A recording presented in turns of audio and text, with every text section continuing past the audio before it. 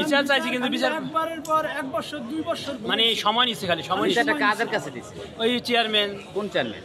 এই চৌধুরী পুত্রা না, চেয়ারম্যান সিরু চৌধুরী তো কখনো চেয়ারম্যান ছিল না। না না, এই বিচারটা দিছিলেন আপনার স্থানীয় কোন চেয়ারম্যানের কাছে? মাধবচর ইউনিয়নের বর্তমান চেয়ারম্যান নাম সহ বলেন। ফজলুল হক মুন্সি। কতদিন আগে বিচারটা দিছিলেন? 2 বছর। সে কি সমাধান দিছিল? মানে মাইবা ডিমার্কেশন করে দিচ্ছে, ঠিক আছে। আচ্ছা, দখল করে রাখছে। দখল 16 বছর ধরে দখল করছে।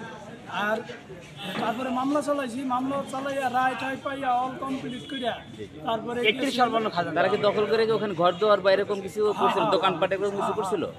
16 বছর হইলে 16 বছর, তাই না? আমরা একটি কথা বলতে চাই, গত 5 তারিখের পরবর্তীতে শিবচর উপজেলায়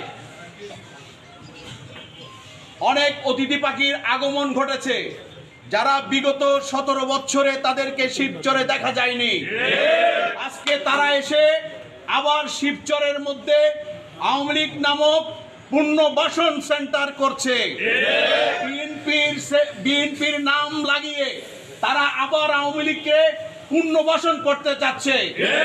যদি বিএনপির জাতীয়তাবাদী শক্তির জিয়াউর রহমানের আদর্শে গড়া শিবচর উপজেলায় বিএনপির যদি একজন কর্মী থেকে থাকে, তাদের ওই কাজে কখনো সফল হতে দিব না ইনশাআল্লাহ। আজকে এখান থেকে শপথ দিতে হবে, যদি কোনো হিন্দু ভাইয়ের জমি দখল করে, যদি কোনো অন্যায়ভাবে কারো চাঁদা আদায় করে, যদি কোনো অনুপ্রবেশকারীরা শিবচরের মধ্যে মাথাচাড়া দেয়, তাদেরকে এখান থেকে ঘোষণা করতে হবে, তাদেরকে শিবচর থেকে বিতাড়িত করতে হবে। আমরা আমাদের শরীরে কোন আদর্শের বিশ্বাসী? আমরা শহীদ প্রেসিডেন্ট জিয়াউর রহমানের আদর্শে বিশ্বাসী, আমরা তারেক রহমানের আদর্শে বিশ্বাসী, আমরা আমরা খালেদা জিয়ার আদর্শে বিশ্বাসী। আমরা কোন অনুপ্রবেশকারী সেন্টারকে এই শিবচরের মাটিতে থাকতে দিব না। তাই সংগ্রামী ভাইয়েরা, আমাদের আরো শক্ত হতে হবে।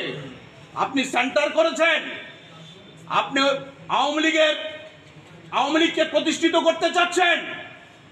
ছাত্র জনতা গত 5 তারিখে যেভাবে স্বৈরাচারীকে বাংলাদেশের মাটি থেকে বিদায় করেছে, আমরাও শিবচরের মাটিতে ছাত্র জনতা মিলে আপনাকে শিবচরে আপনি কি এত সস্তা পেয়েছেন? আপনাদের সে জায়গায় আপনাদের ক্ষমতা দেওয়া আছে, ভয়ের কোনো কারণ নাই। মানুষ মাত্র মরতে হবে, হিন্দু হোক, বৌদ্ধ হোক, খ্রিস্টান হোক আর মুসলমান হোক। আমরা মরার চিন্তা করলে একদিন আল্লাহ তাআলা পাঠাইছে, আবার আরেকদিন নিয়ে যাবে, এটাই সত্য কথা। আজকে স্বৈরশাসকের চিরবিদায় হচ্ছে, বিচার আপনারা করেন। কোনো জায়গায় জমি যদি কেউ অন্যায়ভাবে দখল করেন, অবশ্যই আমরা সাংগঠনিকভাবে ব্যবস্থা নেব, পাশাপাশি আইন প্রয়োগকারী হাতে আমরা তাদেরকে সমর্থ করব। জাতির বিবেক, দর্পণ আপনাদের লেখনির মাধ্যমে এই জাতিকে অনেক দূরে নিয়ে যেতে পারে, একটি দলকে অনেক এগিয়ে দিতে পারে, আবার একটি দলকে অনেক নিচু স্তরও নিয়ে যেতে পারে সাংবাদিক ভাইদের লেখনির কারণে। আপনাদের প্রতি আমি আহ্বান জানাবো, আপনারা কারো দ্বারা বয়স্ক না হয়ে, কারো দ্বারা না হয়ে, প্রভাবিত না হয়ে নিরপেক্ষমূলকভাবে তথ্যপত্র সংগ্রহ করে সঠিক সংবাদ পরিবেশন করবেন। আপনাদের সংবাদের দ্বারা কেউ যেন কোনো ক্ষতিগ্রস্ত না হয়। আর এইখানে হিন্দু ভাইদের আমি অনুরোধ করব, আপনারা কারো তুরুপের তাস হয়েন না, আপনাদের জানি কেউ ব্যবহার করতে না পারে।